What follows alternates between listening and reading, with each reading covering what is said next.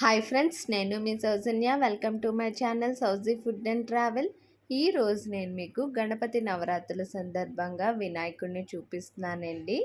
మన వీరభద్రపురంలో నిలబెట్టారు ఈ వినాయకుడిని. ఈ వీడియో కనుక మీకు నచ్చితే లైక్ చేయండి, షేర్ చేయండి, కామెంట్ చేయండి, సబ్స్క్రైబ్ మై ఛానల్.